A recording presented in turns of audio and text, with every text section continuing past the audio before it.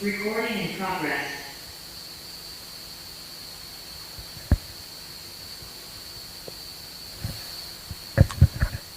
Okay, we will pay respect to Buddha by reciting Namo Tassa 3 times. Namo Tassa Bhagavato Arahato Samma Sambuddhassa.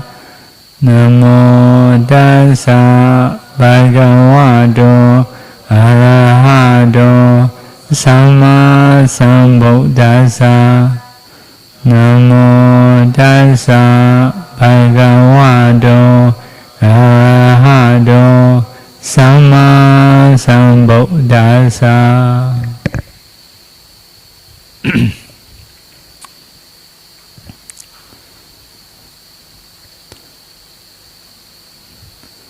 We are talking about sati, or talking about 4 samazenya. So out of 4, Sattaka, Sabaya, now we are talking about Gochara samazenya. Ya, jadi kemarin kita sedang membicarakan tentang sati ataupun sampajanya ya, perhatian ataupun mengetahui dengan jelas. Dan juga kemarin kita sedang membahas tentang 4 hal yang harus direnungkan ketika kita mempraktikkan sati sampajanya ini ya. Yang pertama adalah sataka ya, ataupun keuntungan dari kita melakukan sesuatu. Kedua adalah sapaya, sampajanya, mengetahui apakah hal tersebut pantas dilakukan atau tidak. Yang ketiga adalah gocara sampajanya, mengetahui selalu mengetahui objek meditasi ketika kita melakukan sesuatu. Gochara samazenya to practice is whatever you do, whatever action you are doing, you should do together with the meditation. Jadi cara untuk mempraktekkan gocara sampajanya yang ketiga ini adalah dengan selalu bersama dengan objek meditasi kita dalam kegiatan apapun yang kita lakukan.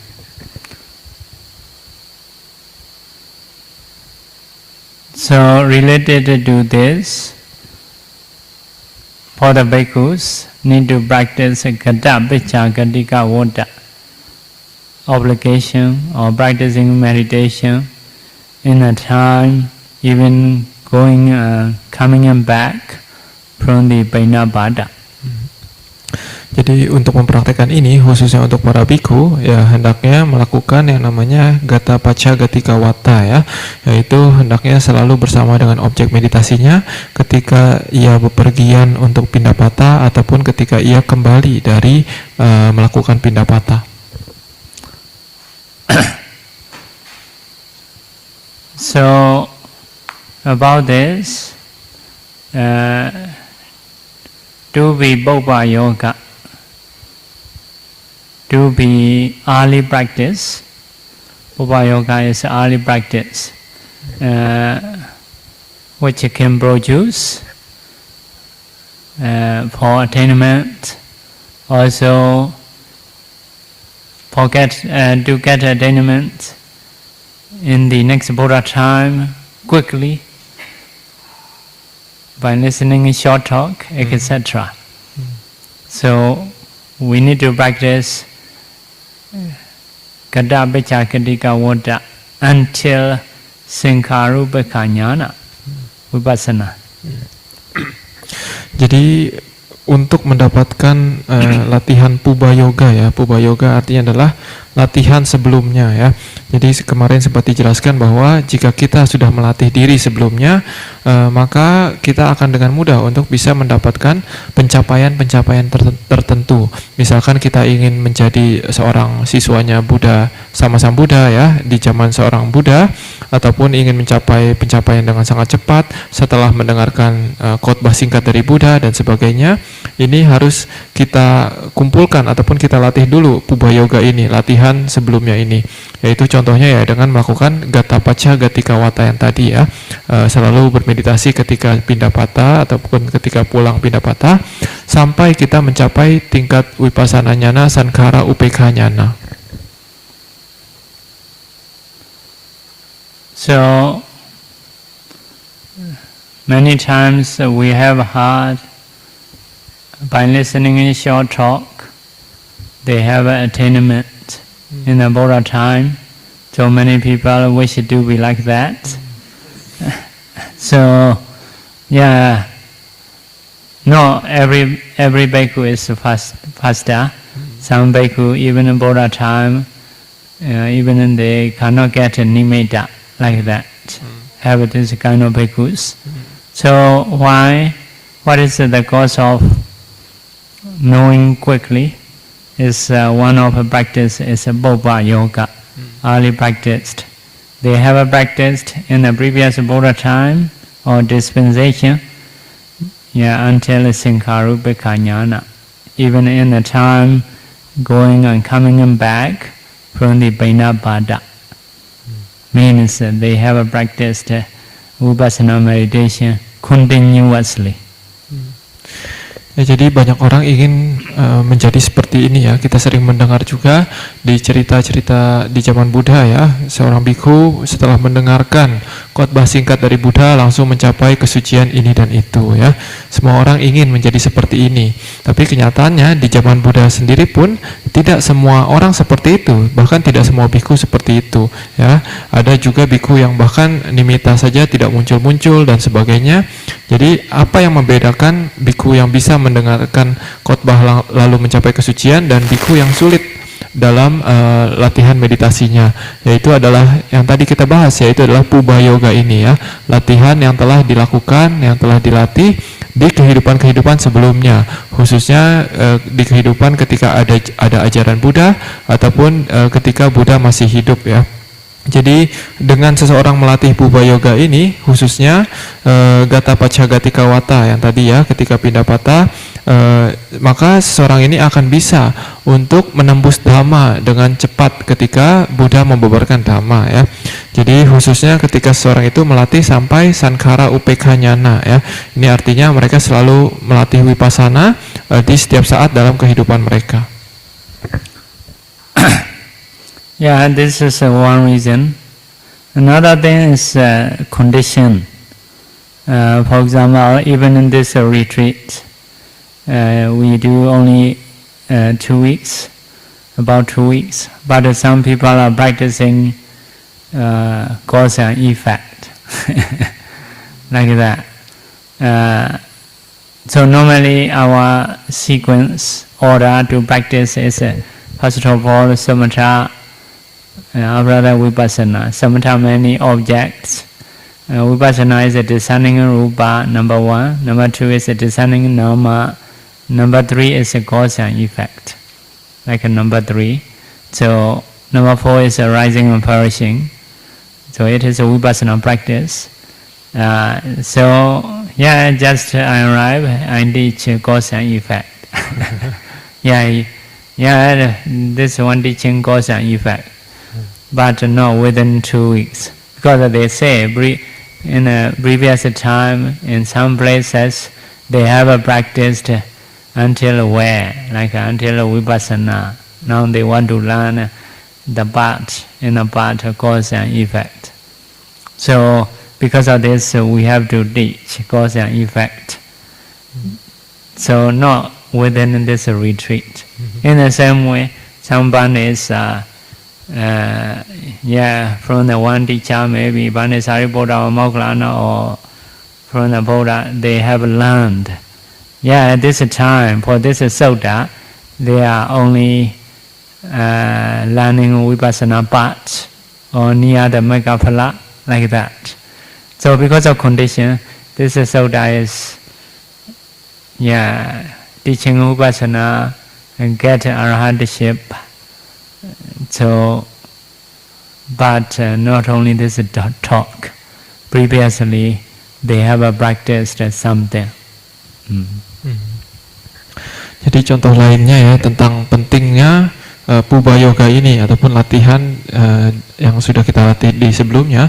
Contoh simpelnya adalah kondisi yang berbeda-beda yang kita temukan ketika kita sedang retret ya, misalkan di retret kali ini ya. Jadi biasanya ketika seseorang latihan ya kan mulainya dari samatha dulu 40 objek, lalu setelah itu vipassana dari tahapan rupa kamathana, setelah itu nama kamathana, setelah itu paticca samuppada, setelah itu barulah muncul dan lenyapnya ya.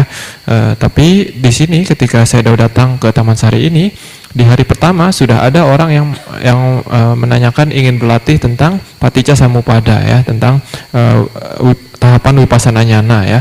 Nah, tapi kenapa bisa seperti itu? Ya karena orang ini ya sudah melatih sebelumnya misalkan dengan guru lain dan sebagainya, dan di retret kali ini ia ingin melanjutkan latihannya di tahap paticca samuppada, di tahap pemahaman sebab dan akibat.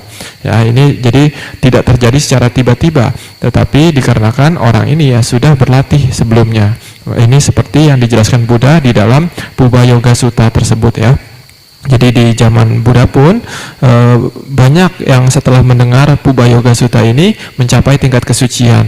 Tetapi itu juga tidak dengan tiba-tiba. Mereka mungkin sebelumnya sudah pernah belajar dari Bante Sariputta ataupun Bante Moggallana ya, ataupun melatih Vipassana Nyana sampai tingkat Sankhara Upekha Nyana sampai hampir mencapai Magga dan Phala.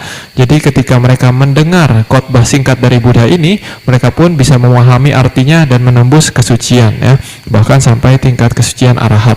Maka dari itu penting bagi kita untuk selalu melatih diri untuk mempersiapkan ketika kondisinya tepat. Another conditions also like when we read Dhammapada, yeah, usually just one stanza, two stanza. So some are even not much related to practicing, but at the end of discourse, they become Sotapanna. Like that, have this kind of condition. So based on that, people, some are just they know something, they get attainment, they think in this way. So possible condition is like that. Yeah, someone come to the Buddha. So how to come? Maybe some come to from Varanasi. Yeah, when you come, yeah, because of based on this and that reason you come. So based on this condition, the Buddha trying to manage to teach the Dhamma. So after he is interested in Dhamma, so finally the Buddha will teach Vipassana. So at the end of Vipassana, he will get attainment. So next one is a different story, different background, come again. Based on his background, his condition, the Buddha may manage to teach Dhamma. So, yeah, after his mind is sought, wishing to listen, so at that time he will teach again Vipassana. So another story also the same. So Vipassana is always repeated. So, like Bani-Ananda in the past Sanghayana, he may not record everyone's Vipassana. Only background story, differently coming. Yeah, so something different teaching only, it will be recorded. In the Vipassana part, for everyone, it is quite the same. So he may skip the Vipassana part. Before Vipassana only based on background condition, so he may have a recording. So Vipassana parts may not repeat again and again. So because of this, only background teaching will have. After that, at the end of this course, we have attainment. Even not like in this stanza, not like have a Vipassana practicing. Okay. Dan juga misalkan ketika kita melihat syair-syair Dhammapada ya, ataupun cerita di balik lahirnya syair Dhammapada ini ya. Kadang kita melihat bahwa ada orang yang setelah mendengarkan satu bait ataupun 2 bait syair Dhammapada yang kadang bahkan tidak berhubungan dengan meditasi gitu ya. Sekilas kita lihat tidak berhubungan dengan meditasi, tetapi kemudian orang tersebut mencapai tingkat kesucian, entah Sotapanna, Sakadagami ataupun tingkatan-tingkatan lainnya gitu ya. Jadi ya ini dikarenakan oleh mereka sudah berlatih suatu latihan di kehidupan sebelumnya ya, di waktu sebelumnya, sehingga ketika mereka mendengar ini mereka langsung bisa menembus Dhamma ya. Jadi banyak orang dari berbagai latar belakang itu datang kepada Buddha untuk mendengarkan Dhamma ya, dari berbagai kota dan dari berbagai status sosial.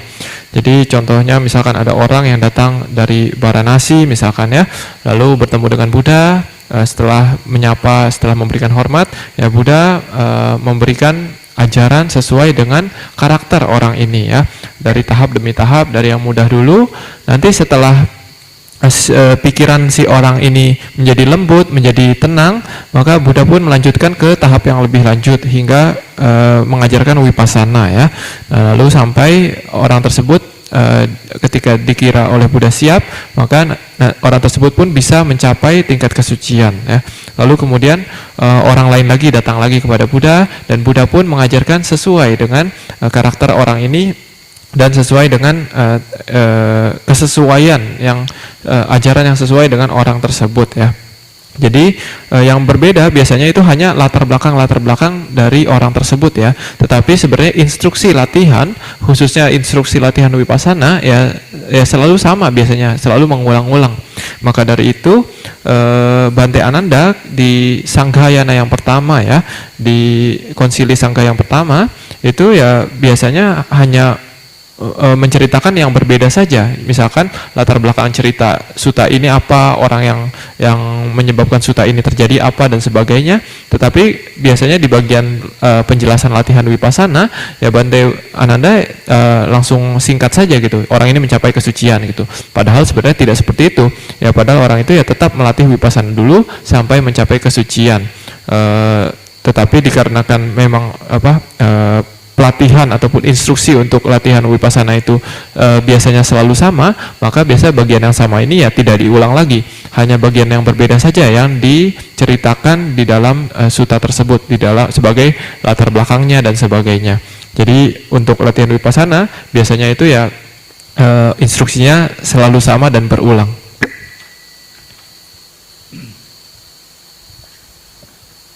So another problem related to this is the writing way or commentary. So most of commentary is written by Bhante Buddha Ghosa. So first of all, he tried to write commentary, asked permission from the senior Bhanes. So senior Bhanes didn't allow him suddenly. Yeah, if you want to write commentary, first of all you should write one book. We will see that. Based on that, we will allow. So at that time, Bhante Buddha Ghosa trying to write Visuddhimagga. So Visuddhimagga writing way is so take out everything related to practicing, like a sila, samadhi, panya, how to practice a sila, how to practice a samadhi, how to practice a panya. And so all these things taking out from the Tipitaka. So may not have a background story, this and that events, only for practicing. So it is a Visuddhimagga book. Yeah, wrote this book fast after that show senior Bhanes. So by reading this Visuddhimagga, senior Bhanes satisfied with his writing, allow him to write books. So after that, he trying to do definition as a commentary of Soda or Vinaya. But when he reached to explain about the Anapana practice, just he refer, you should go and see the Visuddhimagga. So like Nama, discerning Nama, if you want to know, okay, go and see the Visuddhimagga. So in the other commentary, not much practicing way, because already Visuddhimagga always refer. But if you learn the commentary or this Sutta, yeah, some other explanation you will have. But if it is related to practicing, so only will say that go to Visuddhimagga, but not here. So nowadays examiners, so mostly like a commentary of First Vinaya book, commentary of First Saudana book, First Abhidhamma book. Because the first book has complete definition, every word. If a second book, some books, some words are already done, some sentences are already done in the previous book. So usually first book is complete definition of the word. For example, Eva Sutta definition. If you want to see, you must see first Sutta. If a second Sutta will not have a definition of Eva Sutta, because it is already in the first Sutta. In the same way, definition of Ekan Samaya, you should go first Sutta. Second Sutta will not have, because already done. So he is a modern writing, yeah, may not repeat again and again. If something have done, only where say that, you should go and see that. Only new one and will do definition, like that. So because of this, first book has complete definition of every word. So because of this, in the exam in Myanmar, yeah, they will learn first book. So to understand the definition and defined words, way of definition, to understand the way of definition. Anyway, although it is a first book, if something related to practicing, so commentary will refer to Visuddhimagga.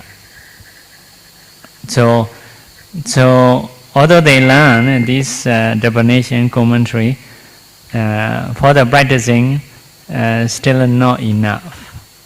So as an examiner, although refer to Visuddhimagga, they will not go on Visuddhimagga, go to Visuddhimagga, because their exam only you must answer according to this book. Will not ask about the Visuddhimagga. Visuddhimagga is not in the exam book, like that. So, yeah, understanding about the practicing for the most of students, not enough. If so, you need to go and see Visuddhimagga to understand about the practicing. But there is advertisement about the Visuddhimagga. If you read the Visuddhimagga, you may disrobe or you may go to forest. Two choice. Because Visuddhimagga will say benefit of practicing Sila. Also may say benefit, the danger of breaking Sila. Yeah, if you break a Sila without having a Sila, if you wear the yellow robes are like a burning iron. If you hold a board, Yeah, balls are burning in bowl. If you eat a food, those are fires. You are eating fires. Without having a sila, you eat. So like that, you already stayed in a bhikkhu life without much understanding. You break a sila sometimes, so you may have a regret. So okay, I think I should disrobe. Yeah, this is one possibility. But some bhikkhus may like to have a challenging. Challenging is if so, it is one thing is dangerous, one thing is beneficial. Yeah, if you want to get a benefit, you should fight.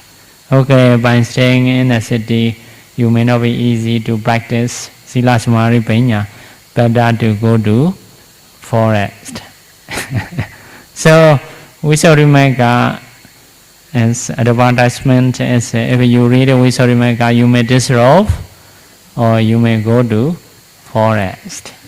So, as a normal bhikkhu, you choose this life. You don't want to disrobe. Also, for the normal people, not happy to stay in the forest. So, some people may choose better not to read. Better not to read. Okay.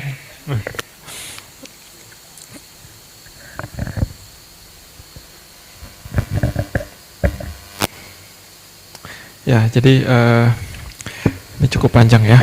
Jadi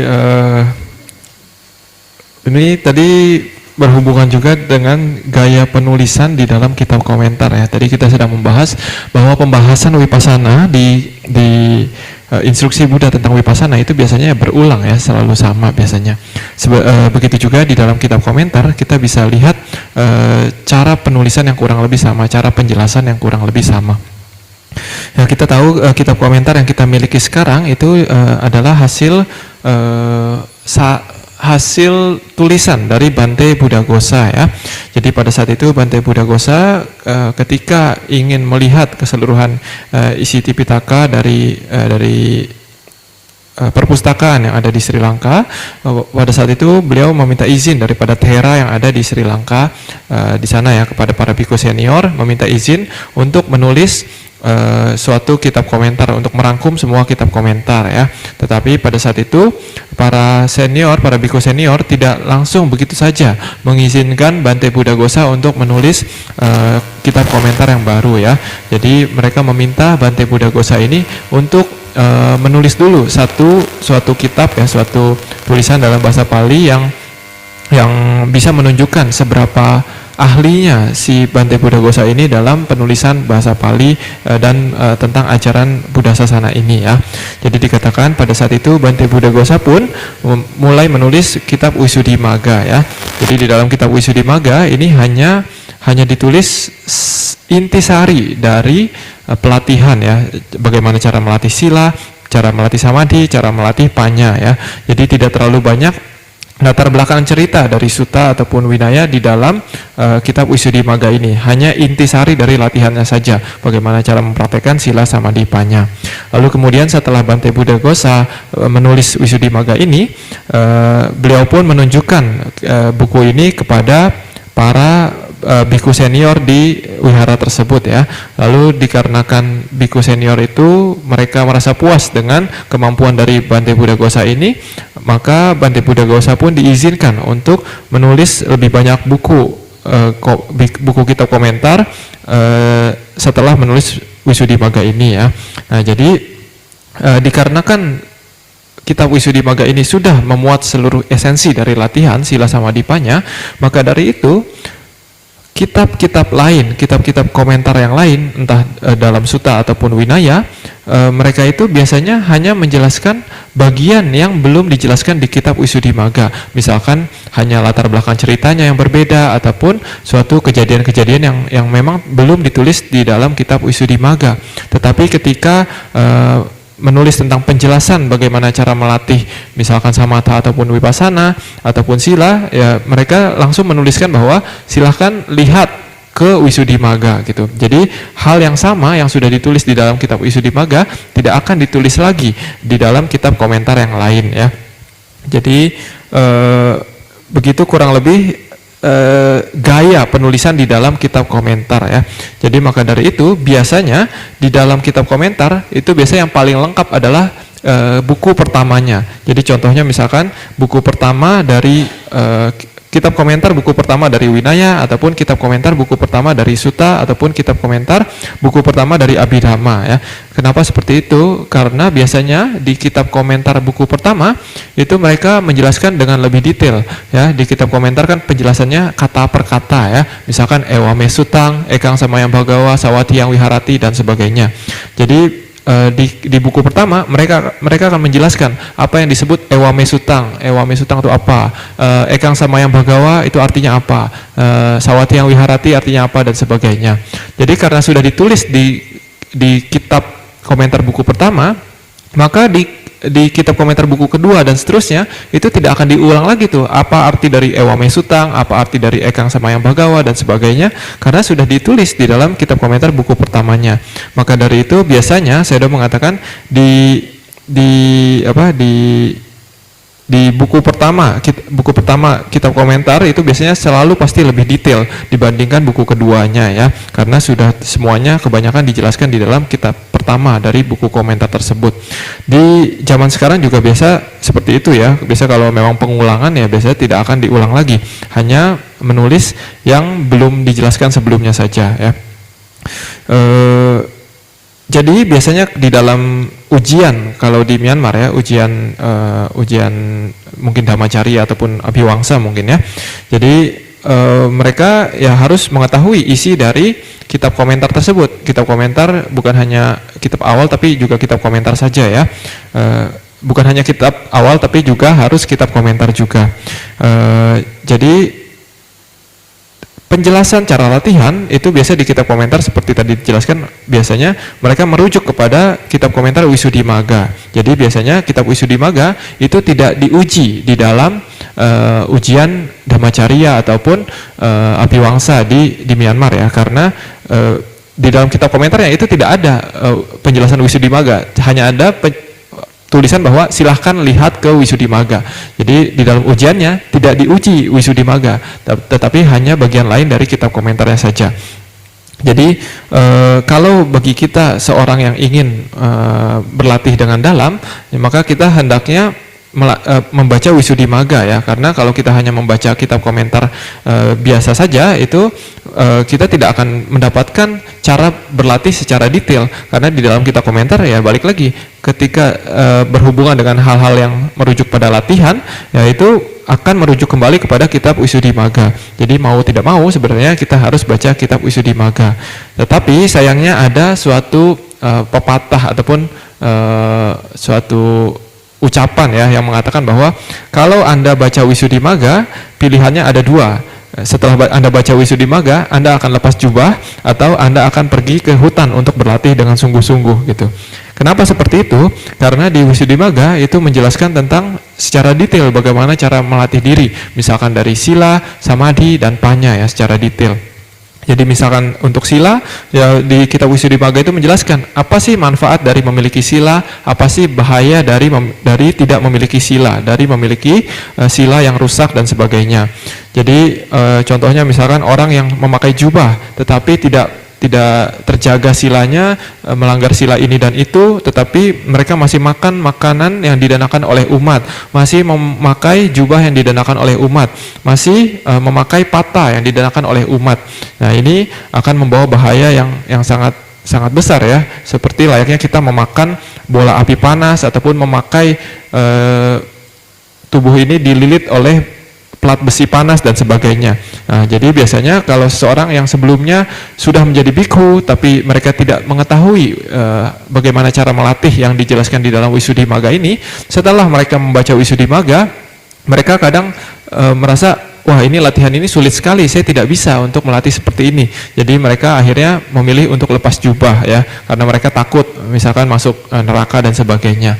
Tetapi pilihan kedua ada juga adalah ketika seorang bikhu yang sebelumnya mungkin tidak tahu caranya melatih diri, tetapi masih memiliki sila yang cukup baik, setelah mereka membaca Visuddhimagga ini, mereka merasa tertantang untuk menjalankan apa yang ditulis dalam Visuddhimagga ini ya. Mereka ingin membuktikan apakah yang dijelaskan di dalam Visuddhimagga ini bisa dicapai atau tidak, sehingga mereka memilih untuk melakukan penyepian ya. Mungkin mereka merasa bahwa kalau saya tinggal di kota, mungkin sepertinya saya tidak bisa menjalankan latihan ini. Jadi saya mencari tempat yang lebih sepi, misalkan di hutan dan sebagainya ataupun di gunung, untuk melatih diri dengan setekun-tekunnya ya.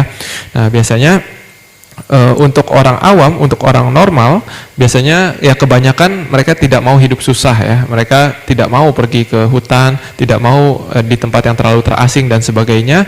Jadi ada juga yang mengatakan bahwa kalau Anda ingin hidup nyaman sebagai bhikkhu ataupun sebagai meditator, sebagai yogi, lebih baik jangan baca Visuddhimagga kayak gitu. Tapi ini salah sebenarnya.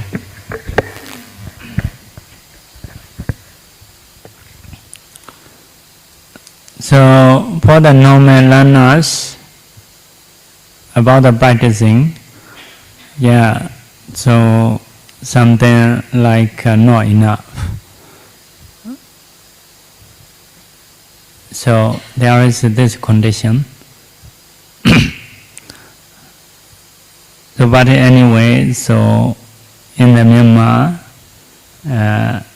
the grammar about the Pali is very advanced because those are long time in Myanmar. So yeah, grammar is teaching grammar is based on how you write. So teaching grammar is based on how you record it. Like the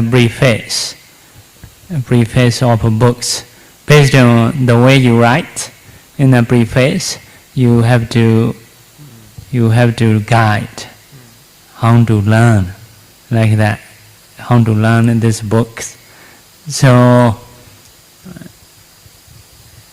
yeah, because of this, if someone learn deeply, so they need to learn complete grammar, so generally their understanding is better. But some people may not happen to connect those grammar or learning away and practicing. So one thing is, yeah, if you cannot follow one step well, if so you cannot go another step. For example, once someone cannot practice a sila, let's say holding money. So if they hold money, then they don't have a pure sila. Generally their behavior may be good, the other sila good. But let's say if you hold one thing, yeah, you cannot hope to have a concentration because of something you fail, like that. So in the same way, if you are staying in a city, in a noisy place, also not easy to have concentration. So like that, sometimes if you cannot do one step, you cannot do another step. So, if so, those people, even in sila or condition, they cannot manage to be okay for the practicing. If so, you cannot go next steps, how to practice concentration. So, you cannot aim, you cannot have this aim. If so, if something is mentioning about the concentration, how to practice, how to pay attention, they will not be interested because they want to stay in the city, like that. So, also like not for them. In the same way, even the first step, they don't want to follow completely. So if the second step is for what? So in this way, they may not understand well about those things. Ya, jadi maka dari itu biasanya untuk seorang yang ingin berpraktek ini kalau kita hanya membaca kitab komentar tanpa membaca kitab Visuddhimagga, maka biasanya kita akan kesulitan ya, kita akan merasa bahwa tidak cukup penjelasan bagaimana cara berlatih di dalam kitab komentar kalau kita tidak membaca kitab Visuddhimagga ya. Perumpamaan lainnya adalah seperti kalau di Myanmar ketika seseorang itu belajar bahasa Pali itu tata bahasa Pali di Myanmar itu sangat-sangat sangat tinggi gitu ya, karena sudah lama sekali mereka itu belajar bahasa Pali ya, diturunkan secara turun temurun. Nah, mereka juga mengajarkan tata bahasa Pali ya berdasarkan bagaimana bahasa Pali itu ditulis di dalam kitab di dalam kitab Tipitaka kita, di dalam kitab komentar ya, dan juga biasanya di bagian awal dari buku penjelasan tata bahasa Pali mereka menjelaskan nanti di buku ini cara belajarnya seperti ini dan sebagainya, tahap-tahapannya yang mana, tahap 1, tahap 2, tahap 3 yang mana harus dipelajari lebih dahulu dan sebagainya. Dengan seperti itu seseorang baru bisa mengerti bahwa oh saya harus belajar yang ini dulu, baru yang ini, baru yang itu gitu. Karena kalau misalkan mereka tidak belajar tahap demi tahap, lalu mereka misalkan langsung berharap untuk belajar tahap yang kedua, nah ini tentunya akan sangat sulit ya, karena nanti sulit karena mereka tidak mengerti tahap yang pertamanya gitu. Lalu mereka ingin belajar tahap yang kedua, maka akan sangat sulit. Begitu juga ketika seseorang itu ingin berlatih dhamma, ingin berlatih sila samadhipanya ya, hendaknya berlatih tahap demi tahap ya, dengan penjelasan yang benar. Karena kalau kita bolong di dalam suatu tahap yang awal, maka untuk melanjutkan ke tahap yang berikutnya itu akan sangat sulit ya. Contohnya tentang pelatihan kita mengetahui tahapnya adalah sila samadhipanya. Kalau kita tahap pertama tentang sila kita belum matang, kita belum lakukan dengan baik, kita tidak berusaha untuk menyempurnakan, maka akan sangat sulit untuk kita lanjut ke tahap kedua untuk memiliki konsentrasi yang baik, samadhi dan sebagainya. Contohnya ketika seseorang itu, misalkan seorang bhikkhu, dia mungkin secara umum dia menjaga sila yang lain, tetapi dia masih memegang uang, dia masih menyimpan uang, masih mengatur keuangan dan sebagainya. Nah, maka biasa seperti ini, mereka akan sangat sulit untuk bisa melatih diri ke tahap yang kedua, tahap samadhi, tahap meditasi akan sangat sulit karena mereka tidak berusaha untuk menyempurnakan sila mereka.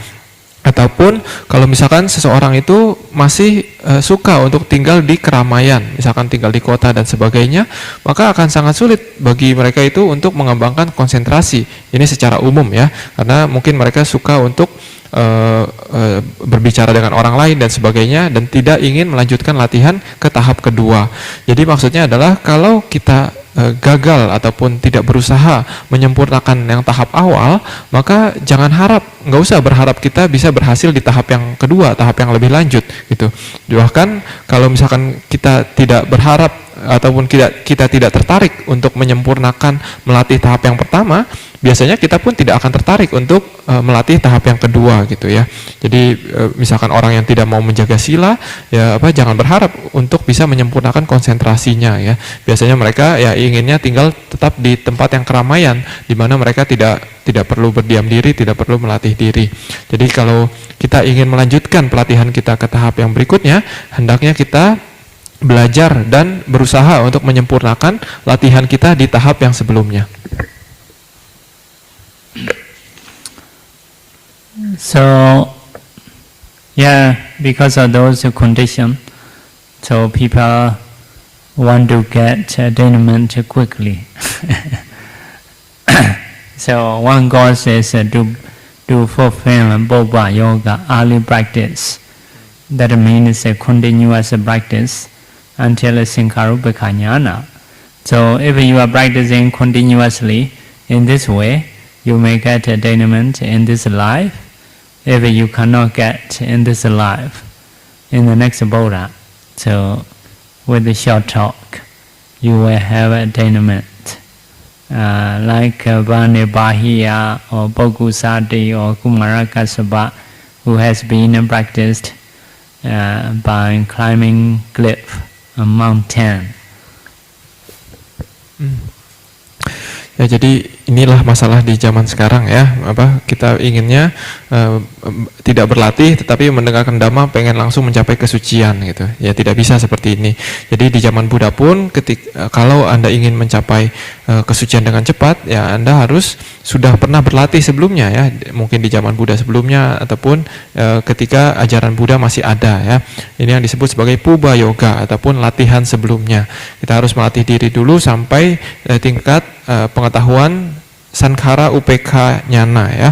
Ini adalah tahap pengetahuan sebelum pencapaian magga dan phala. Kalau kita sudah pernah melatih ini di kehidupan kita yang sebelumnya, di zaman Buddha sebelumnya ataupun di suatu ajaran Buddha sebelumnya, maka di kehidupan ini pun kita akan bisa mencapai tingkat kesucian dengan cepat ya. Kalaupun tidak di kehidupan ini, maka di kehidupan akan datang kita akan bisa mendapat kesucian dengan cepat, ataupun kalau tidak kita akan bisa terlahir di zaman Buddha yang akan datang dan mendengarkan suatu khotbah singkat dari Buddha dan langsung mencapai tingkat kesucian ya. Ini layaknya seperti contohnya Bante Bahiya, Raja Pukusati ataupun Bante Kumara Kassapa ya, yang kemarin kita sudah sempat bahas contohnya. Mereka bisa mencapai tingkat kesucian dengan cepat ya karena mereka sudah pernah melatih diri sampai maksudnya dengan sungguh-sungguh ya di atas gunung ya, yang kemarin yang cerita tentang yang 5 orang biku itu mereka tidak ingin kembali sebelum mencapai kesucian, entah mati ataupun mencapai kesucian. Pilihannya hanya 2 ini saja. So related to this, also we need to know about the Patisambhida, 4 types of Patisambhida.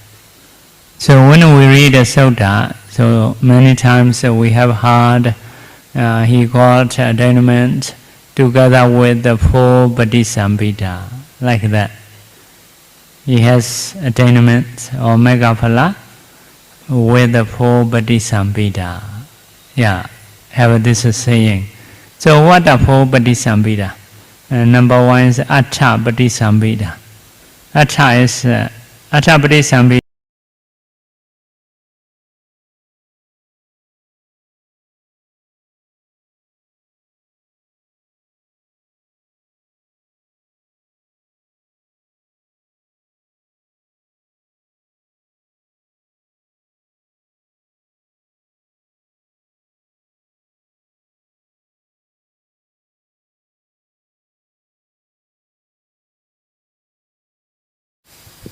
Ya, berkenaan dengan ini, saya juga mengatakan kita hendaknya mengetahui tentang 4 Patisambhida ya.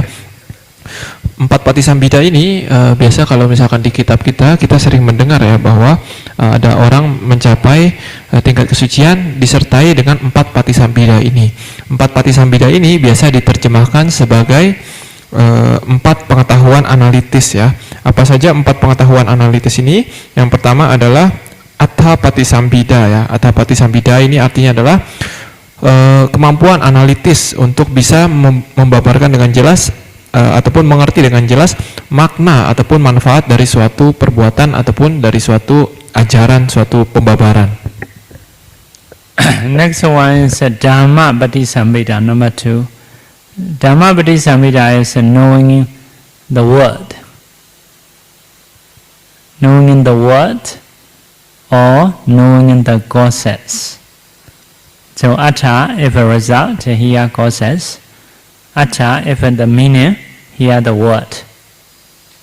So if 2 together, effect and cause, the meaning and word, like that. So yeah, 2 pair. Atta, if you take atta as a meaning, so dhamma, the word. If you take atta as a result, for the dhamma you should take as the cause. Okay, like that. What is the word? Word. W-O-R-D? Yeah, word, O-R-D. Ya, lalu Patisambhida yang kedua adalah Dhamma Patisambhida ya. Ini adalah pengetahuan analitis tentang kata per kata ya, kata per kata dari ajaran yang diajarkan oleh Buddha ya, ataupun arti lainnya adalah mengetahui sebab ya, sebab dari suatu kejadian tertentu.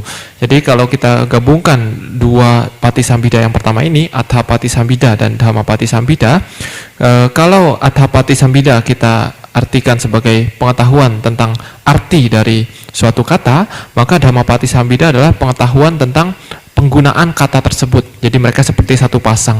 Ataupun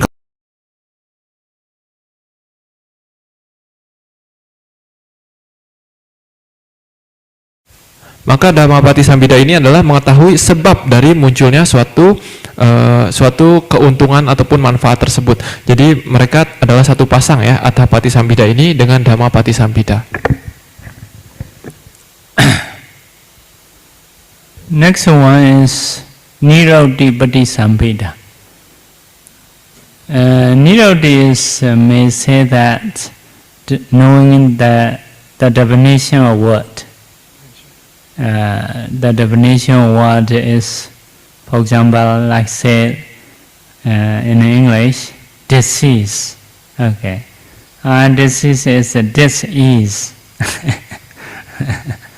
Dis-ease. Yeah, disease you may translate as sickness or illness, but some they want to explain together with the word. Yeah, dis-ease. If you have illness or sickness, you are not easy. Although you stand, you sit, you lying down, not easy to stay. Yeah, it is dis-ease, like that. And so, if say COVID-19, what is COVID? Okay, so it is coming from corona or crown virus, disease. Yeah, COVID is corona or crown virus disease. Yeah, because this virus is like a crown. So, yeah, people want to wear crown, but not this one. So like that. So they understand well about the words. So may say that Niroti Patisambhida is knowing the definition of word. About the word, they understand very well. Lalu Patisambhida yang ketiga adalah Niruti Patisambhida ya. Ini artinya lebih ke arah penguasaan dalam tata bahasa ataupun asal muasal dari kata yang digunakan dalam pembabaran ya. Contohnya misalkan kalau dalam contoh yang saya gunakan adalah dalam bahasa Inggris ya, yaitu kata this is ya, this is. Jadi kalau disease itu kalau misalkan secara umum itu diterjemahkan sebagai penyakit. Tetapi sebenarnya kalau kita bedah katanya ini tidak serta-merta artinya hanya penyakit saja ya, karena disease itu terdiri dari dua kata, dis dan is. Ini kalau diterjemahkan dua kata ini mungkin artinya adalah tidak mudah, artinya tidak mudah. Jadi maksudnya seseorang yang terkena penyakit maka hidupnya menjadi tidak mudah, mungkin jadi tidak mudah untuk bepergian, untuk makan dan sebagainya dikarenakan ada penyakit ini. Nah, jadi kemampuan untuk membedah kata dan juga untuk mengetahui asal-usul kata dan sebagainya ini disebut sebagai Niruti Patisambhida ya. Ataupun contoh lainnya misalkan ketika kita membicarakan kata COVID ya. COVID mungkin secara umum kita taunya ya itu penyakit yang seperti ini seperti itu gitu. Tapi sebenarnya kalau kita bedah katanya, COVID itu ya terdiri dari berbagai kata. Sumber asal muasal kata tersebut terdiri dari gabungan dari beberapa kata, yaitu corona virus disease ya, coronavirus disease ataupun crown virus disease ya. Jadi pengertian seperti ini mengetahui asal muasal kata itu disebut sebagai Niruti Patisambhida. Ya tadi saya juga ada bilang ya, ini kalau ini sebenarnya lelucon bahasa Inggris sebenarnya. Tadi kan COVID itu crown virus disease ya. Crown itu artinya mahkota ya. Jadi kata saya bahwa semua orang pengen punya mahkota, tapi nggak pengen mahkota yang ini. So if we give an example, Pali example, yeah. So to support for future Nirotipati Sambhita, and let's say we have a D. So many times you may have heard Viharati, Bhagawa, Savati, and Viharati, Jeda, Vane, etc. Yeah, Viharati. The meaning of Viharati is what? Maybe lives, stays, or abide, or dwells, like that. This is the meaning of word. But the definition of word is Vaichendedwa Harati. Viharati is Vaichendedwa Harati. So, definition of Viharati is coming in from we are Harati. So, definition of we is Vaichendedwa, by cutting. Vaichendedwa is by cutting or cutting. Harati is a bring. Harati brings. So, brings by cutting. It is a definition of Viharati. So, by cutting what? Why? So, by cutting one bodily posture with another bodily posture. Yeah. Harati brings. Brings what? Bring this body. How to bring? Not to fall down. Abripadandang katoa. Like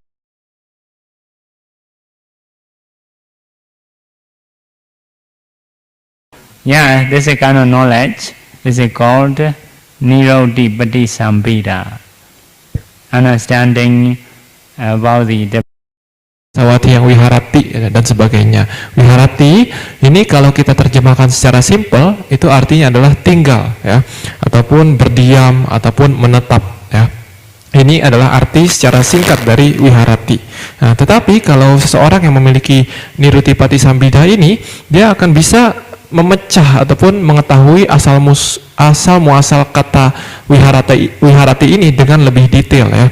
Yaitu misalkan Viharati ini dipecah menjadi dua kata, yaitu Vicinditwa Harati ya. Apa artinya dari Vicinditwa Harati? Vicinditwa artinya adalah memotong, setelah memotong ya. Harati artinya membawa. Jadi maksudnya adalah setelah memotong ia membawa. Nah, tapi kan masih tidak, kurang jelas ya, apa maksudnya setelah memotong ia membawa, apa yang dipotong, apa yang dibawa, mungkin tidak mengerti. Tetapi kalau orang yang memiliki Nirotipati Sambhita ini, dia akan bisa menjelaskan bahwa yang dipotong adalah postur yang lama ya, postur tubuh yang lama, yang dibawa adalah tubuhnya ya, ditopang tubuhnya ini dibawa sehingga tidak jatuh, tidak jatuh gitu. Jadi membawa tubuhnya ini, menopang tubuhnya ini agar stabil, agar tidak jatuh dengan cara apa? Dengan cara mengganti postur yang tidak sesuai menjadi postur yang sesuai. Jadi maksudnya orang yang tadinya duduk misalkan kelamaan lalu sakit, dia mengganti posturnya menjadi postur berdiri ataupun postur berjalan ataupun postur berbaring. Ini jadi adalah seperti makna tersembunyi dari kata Viharati, yaitu Vicinditwa Harati, memotong postur yang kurang sesuai dan membawa tubuhnya ini menjadi postur yang sesuai agar tubuhnya ini menjadi stabil dan bisa ditopang gitu ya. Ataupun kadang kata Viharati ini juga di penjelasannya bisa lebih panjang lagi, yaitu ada empat jenis Viharati, empat jenis wihara. Wihara itu kan artinya tempat tinggal ya. Jadi orang yang memiliki Nirotipati Sambhita, mereka akan mengetahui bahwa ada 4 jenis wihara, 4 jenis kediaman ya. Yaitu pertama adalah Arya Wihara. Arya Wihara artinya adalah kediaman orang yang telah mencapai kesucian ya. Kediaman orang yang telah mencapai kesucian, mereka ini suka sekali berdiam di dalam nibbana ya. Jadi mereka suka untuk memasuki yang namanya phala samapati ataupun pencapaian buah kesucian ya. Karena mereka sudah pernah melihat nibbana. Jadi mereka bisa berdiam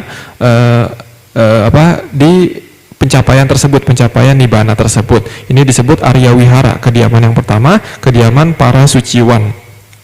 Yang kedua adalah Brahma Wihara. Brahma Wihara artinya adalah kediaman para Brahma ya.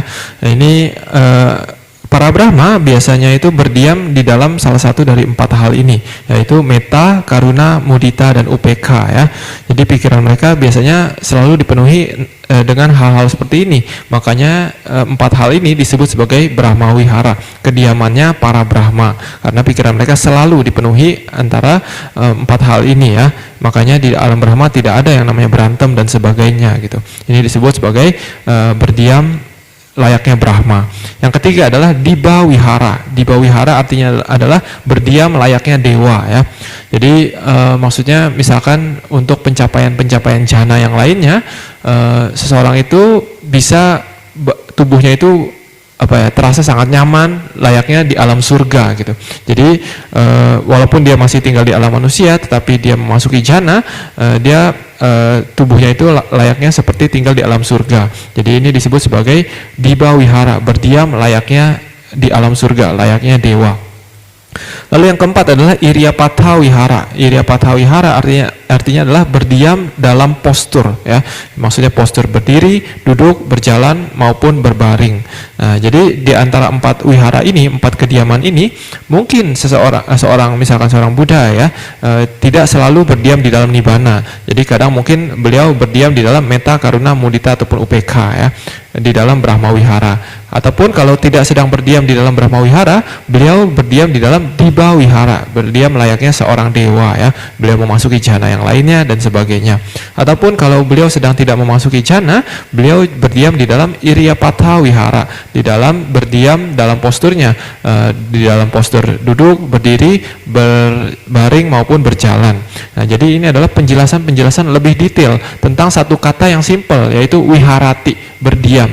Nah, tetapi ternyata kalau seseorang itu memiliki kemampuan analisa asal muasal kata yang dalam, ini kata yang simpel ini bisa dipecah menjadi sangat detail ya. Nah, jadi untuk memiliki kemampuan ini tidak mudah ya.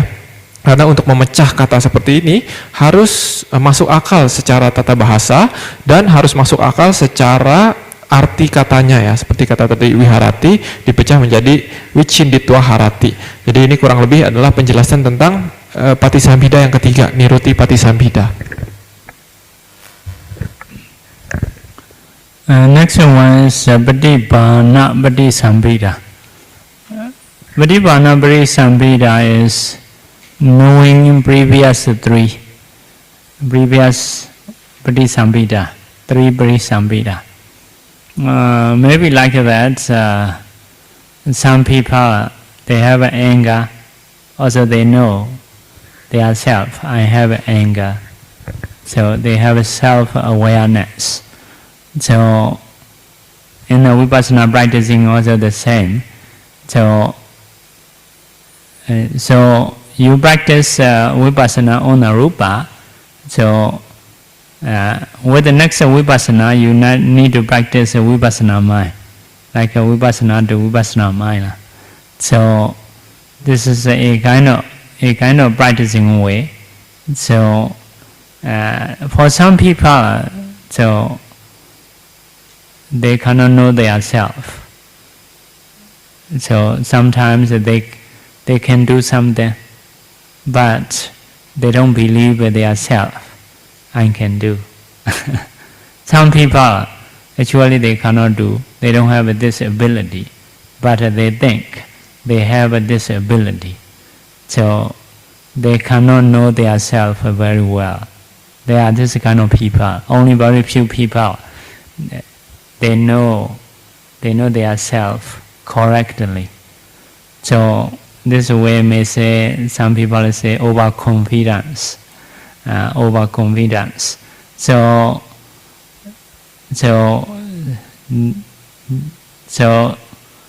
they think their self more than they have. So some people lack of confidence. Actually they can do, but they don't believe their self. So because of this, people have a problem. So they think they can do, later they cannot do. so they lose something like that. So, yeah, because of this, knowing what you have, it is also important. So, yeah, Patisambhida, Patibhana Patisambhida is last one is knowing previous three. You have this kind of knowledge, also you understand and have this kind of knowledge. Okay. Lalu Patisambhida yang terakhir adalah Patibhana Patisambhida ya. Artinya adalah ini kemampuan analitis yang mengetahui 3 pengetahuan Patisambhida yang sebelumnya ya. Maksudnya seperti apa? Jadi ini adalah kemampuan untuk mengetahui kemampuan dari diri sendiri ya. Contohnya misalkan ketika seseorang itu berlatih meditasi wipasana ya, misalkan berlatih rupa kamathana, rupa wipasana ya. Jadi pengetahuan wipasana tentang rupa itu adalah satu hal ya, tetapi kemudian pengetahuan wipasana terhadap pengetahuan wipasana yang tadi itu adalah hal yang lain. Ini layaknya seperti Patibhana Patisambhida ini dengan 3 Patisambhida yang sebelumnya. Jadi tugasnya Patibhana Patisambhida ini adalah mengetahui kemampuan dari 3 pengetahuan Patisambhida yang sebelumnya. Jadi contoh lainnya adalah ada beberapa orang yang mereka tidak mengetahui dengan jelas kemampuan diri mereka sendiri ya.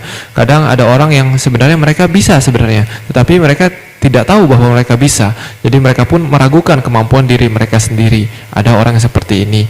Ataupun ada juga orang yang sebaliknya, padahal nggak bisa apa-apa, tapi merasa bisa melakukan semuanya gitu. Jadi ada juga orang yang seperti ini. Jadi kedua orang tersebut mereka tidak mengetahui kemampuan apa yang mereka miliki ataupun kemampuan apa yang tidak mereka miliki. Jadi kemampuan Patisambhida yang terakhir ini, Patibhana Patisambhida ini adalah kemampuan untuk mengetahui kemampuan apa yang mereka sudah miliki dan kemampuan apa yang belum mereka miliki. Yaitu mereka sudah mengetahui sejauh mana batas dari kemampuan Patisambhida mereka, 3 Patisambhida mereka yang sebelumnya. Ini adalah Patibhana Patisambhida.